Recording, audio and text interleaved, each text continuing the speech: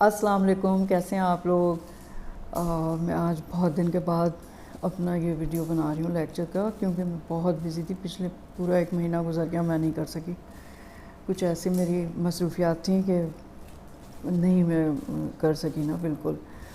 तो अब मैं आज से मैं शुरू कर रही हूँ इंशाल्लाह। हर हफ्ते आपके लिए फिर जैसे पहले रेगुलर आते थे मेरे लेक्चर, उस तरह से करने की कोशिश करूँगी इंशाल्लाह ताला। अच्छा, ये जो केस है ना, ये मैंने डॉक्टर ज़ेबा उन कॉल करके, केस नंबर 21 है ये, ठीक है। ये मैं 20 केसेस कर चुकी हूँ उससे पहले, अगर मैं सही मुझे याद है तो ये 21 केस है, केस नंबर 21। और ना इसमें जो है ना, ये मेटाबॉलिक सिंड्रोम, मैंने कहा कि मैं ज़रा आपको बता दूँ।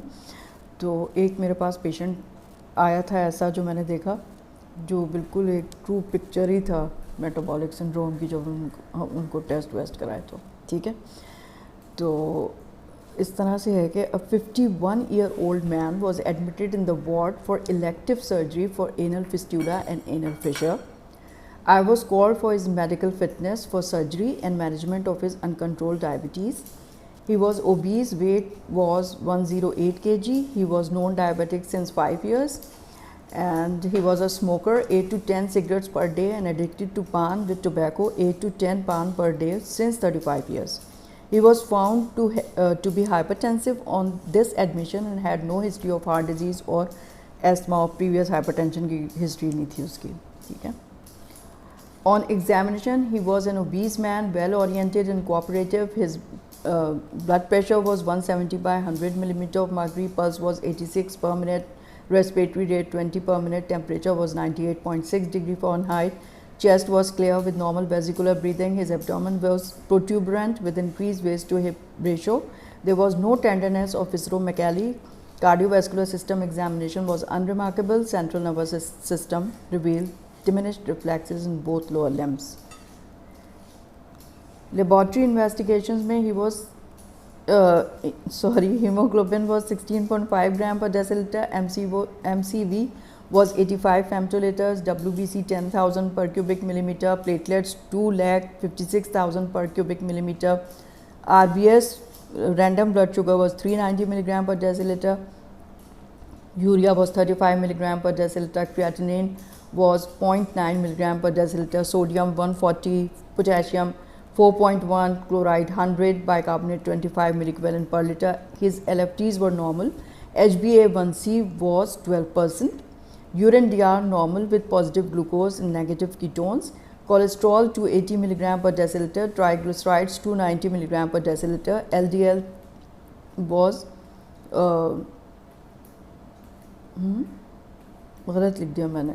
HDL was 30 milligram per deciliter, LDL was 135 milligram per deciliter. तो ये HDL है। ECG was normal, X-ray chest was normal. अब डायग्नोसिस जो है, uncontrolled diabetes mellitus with metabolic syndrome. Patient was taking already injection Humulin 70-30 units twice a day before breakfast and dinner. लेकिन ये कि वो गलत टाइमिंग्स पे ले रहा था और कोई परहेज़ नहीं कर रहा था. Still his RBS was 390 milligram per deciliter and fasting blood sugar was 280 and HbA1c was 12%. He was not taking any antihypertensive or any drug for his high cholesterol and triglycerides. He was complaining of burning feet and numbness in his legs and arms. His weight was 108 kg. अब manage कैसे किया हमने? Preoperatively ही was put on injection Humulin R according to sliding scale, यानी कि more than 150 RBS हो तो 4 units, subcutaneously. An antihypertensive agent, angiotensin receptor blocker telmisartan 40 milligram was started. Tablet rosuvastatin 20 milligram was added for his dyslipidemia. After his surgery, fixed dose injection Humulin 70-30 was advised, 28 milligram units in the morning and 20 units before breakfast and 18 units at night before dinner. Injection Lantus यानी कि जो basal insulin थी was also initiated in a dose of 20 units subcutaneous at night. Lifestyle changes advised. Number 1, counsel for reduced caloric diet. Diet chart was given to help reduce weight. Number 2, daily walk was advised for 30 minutes 5 days a week when he recovers from fistulectomy procedure. Number 3, advised to stop smoking and betel nut chewing. Number 4, all complications with diabetes and metabolic syndrome were explained and advised to be compliant on the medication, क्योंकि बिल्कुल non complaint था वो patient, बिल्कुल जो है ना कोई तवज्जो नहीं थी, कुछ पता नहीं था कि क्या हो जाता है उससे डायबिटीज़ का कंट्रोल नहीं हो तो। अच्छा, पेशेंट जो है वो फिर इतना डर गया था कि patient came after 1 week in my OPD for his follow-up. His fasting blood sugar was 130 milligram per deciliter and RBS was 145 milligram per deciliter. He was afraid for the complications of diabetes and he was properly counseled for the effects of hypoglycemia कि भाई कुछ भी नहीं खाओगे और insulin लगाते रहोगे तो पता नहीं क्या हाइपोग्लाइसीमिया ही हो जाएगा। Drastic caloric reduction was not advised. His overall health looked much better than before. बहुत बिल्कुल जैसे होते हैं ना एक हेल्दी लुकिंग मैन वो लग रहा था, although he was still obese. अच्छा, मेटाबॉलिक सिंड्रोम, क्योंकि मैंने कहा इसमें आपको ना मैं ये करके दिखाती हूँ क्योंकि उसमें सारी चीज़ें थी उस पेशेंट में।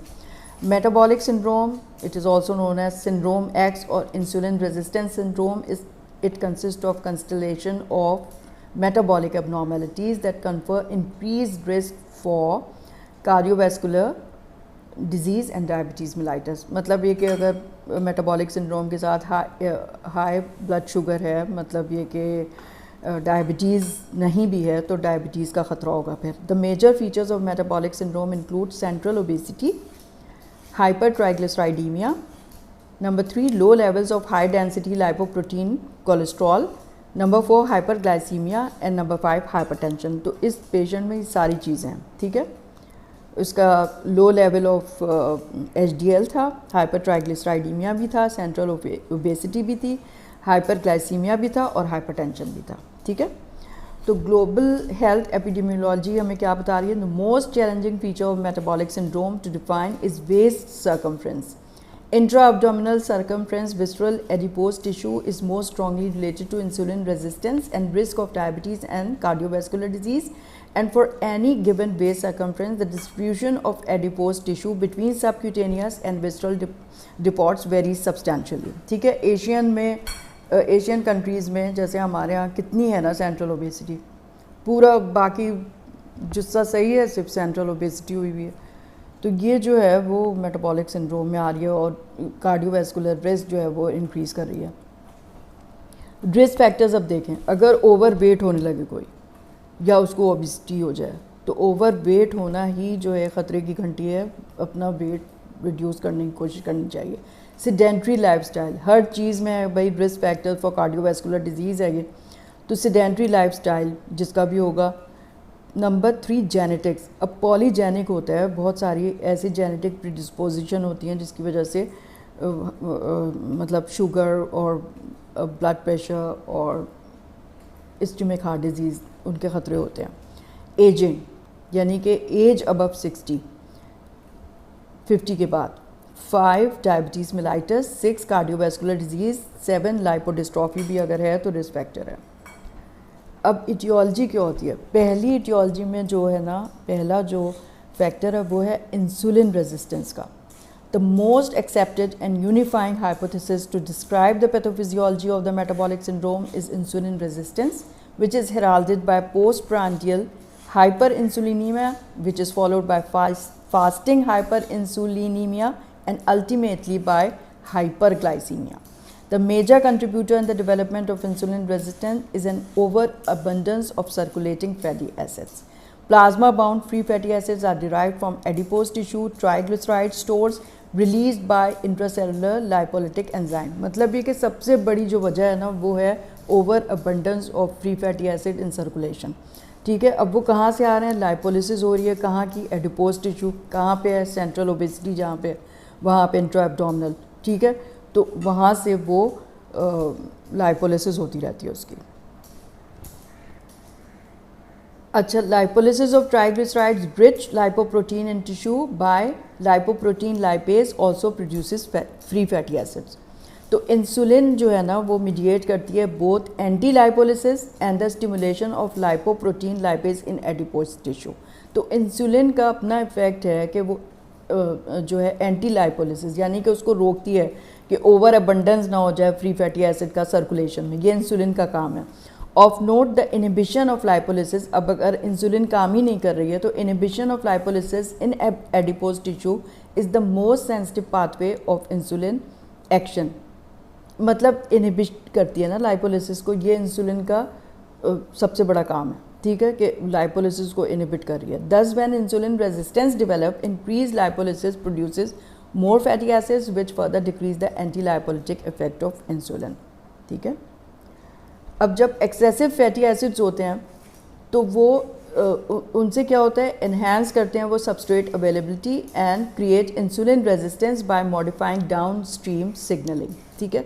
तो इंसुलिन रेजिस्टेंस होने लगेगी, इतना ओवर अबंडेंस अगर हो जाए लाइपोलिटिक एंजाइम का और वो इंसुलिन काम नहीं करे तो फिर सर्कुलेशन में फ्री फैटी एसिड्स आ जाएंगे। Fatty acids empire insulin mediated glucose, अब ये फैटी एसिड क्या कर रहे हैं, जो इंसुलिन मीडिएटेड ग्लूकोज अपटेक है उसको वो ख़त्म कर रहे हैं स्केलेटल और कार्डियक मसल से। Whereas increase fatty acids flux increases glucose deposition production and triglyceride production and accumulation in the liver. तो मतलब अगर इंसुलिन की रेजिस्टेंस हो गई तो क्या होगा, फ्री फैटी एसिड की वजह से जो इंसुलिन सेल के अंदर ले जाती है, स्केलेटल मसल के सेल, कार्डियक मसल के सेल के अंदर इंसुलिन वो नहीं जा पाए, ग्लूकोज वो नहीं जा पाएगा, ठीक है। और फिर उसकी वजह से ग्लूकोज प्रोडक्शन भी बढ़ जाएगी और ट्राइग्लिसराइड प्रोडक्शन भी बढ़ जाएगी लिवर में और एक्यूमुलेट हो जाएगा लिवर में। लेप्टिन दूसरा है, पहला तो था इंसुलिन रेजिस्टेंस, पहला फैक्टर है इटियोलॉजी का, ठीक है, मेटाबॉलिक सिंड्रोम। दूसरा फैक्टर जो है ना लेप्टिन रेजिस्टेंस भी होती है। लेप्टिन रेजिस्टेंस में ऑल्सो भी pathophysiologic mechanism to explain the metabolic syndrome. अब फिजियोलॉजिकली लेप्टिन क्या करता है, it reduces appetite, promotes energy expenditure and enhance insulin sensitivity when insulin resistance is associated with leptin deficiency। तो ये इंसुलिन सेंसिटिविटी को बढ़ाता है, ठीक है। अगर लेप्टिन से ही रेजिस्टेंस हो गई तो ना एपिटाइट प्रोड्यूस होगी, एनर्जी एक्सपेंडिचर भी नहीं होगा और जो है वो रेजिस्टेंस भी डेवलप हो जाएगी इंसुलिन की। तो इन एडिशन लेप्टिन में regulate cardiac and vascular function through a nitric oxide dependent mechanism. However when obesity developed hyperleptinemia ensues with evidence of leptin resistance in brain and other tissue resulting in inflammation, insulin resistance, hyperlipidemia and plethora of cardiovascular disorders such as hypertension, atherosclerosis और CHD and heart failure, ठीक है, coronary heart disease and heart failure। Increase, अब दूसरा जो है ना उसमें है इटियोलॉजी, पहला तो हो गया इंसुलिन रेजिस्टेंस, दूसरा हो गया लेप्टिन रेजिस्टेंस इसी में। अब दूसरा जो एक है वो इंक्रीज वेस्ट सर्कमफ्रेंस है। Waist circumference is an important component of the most recent and frequently applied diagnostic criteria for the metabolic syndrome.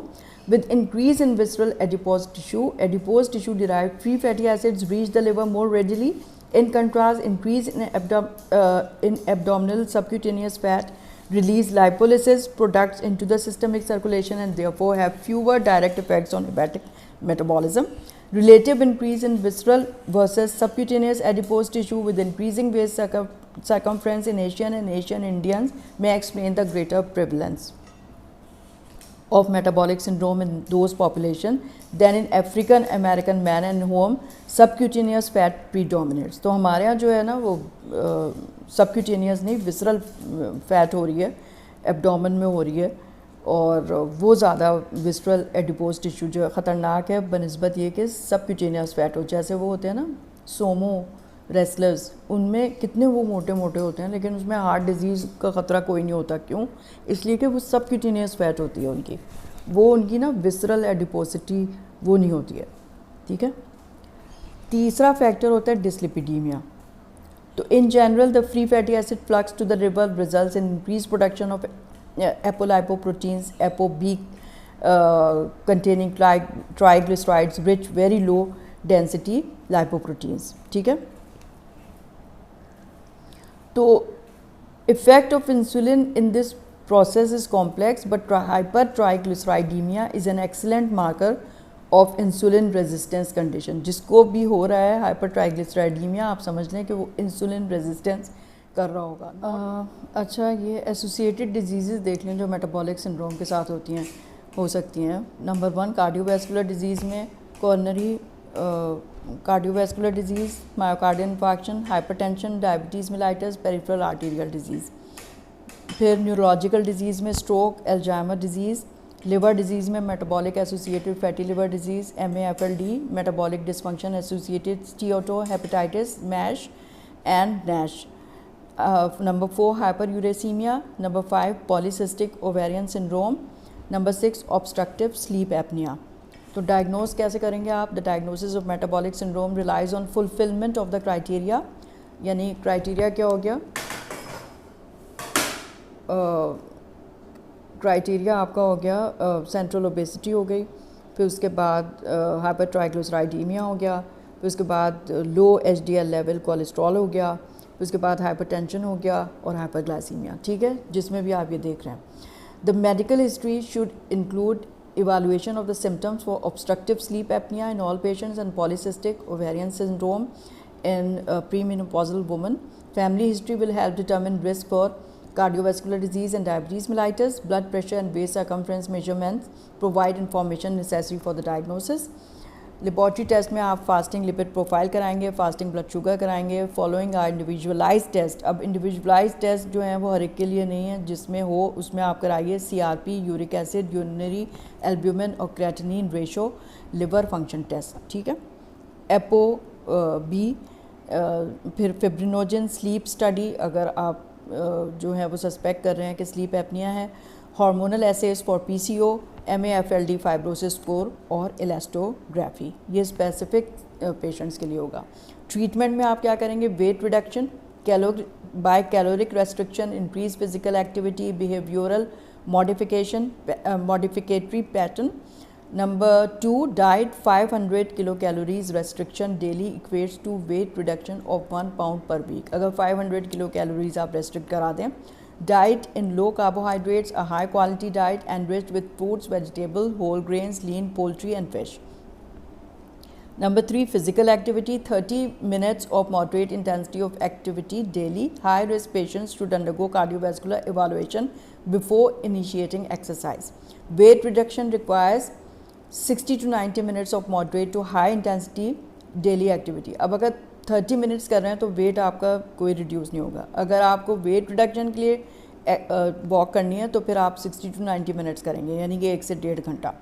Of note, a variety of routine activities such as gardening, walking and house cleaning requires moderate energy expenditure. तो जो लोग हैं, हम ख़वातीन हैं, मैं तो भाई करती हूँ काम झाड़ू पोछा, और ये जिस दिन मासी नहीं आती उस दिन मैं ही करती हूँ।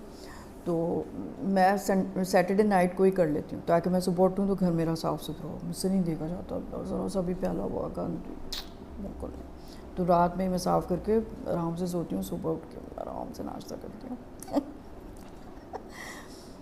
Behavioral modification by personal or group counseling, internet, social media and telephone follow-up maintain contact between provider and patient. Number 5 obesity treatment. In some patients with metabolic syndrome, treatment options need to extend lifestyle intervention. उससे कुछ नहीं हो रहा होगा।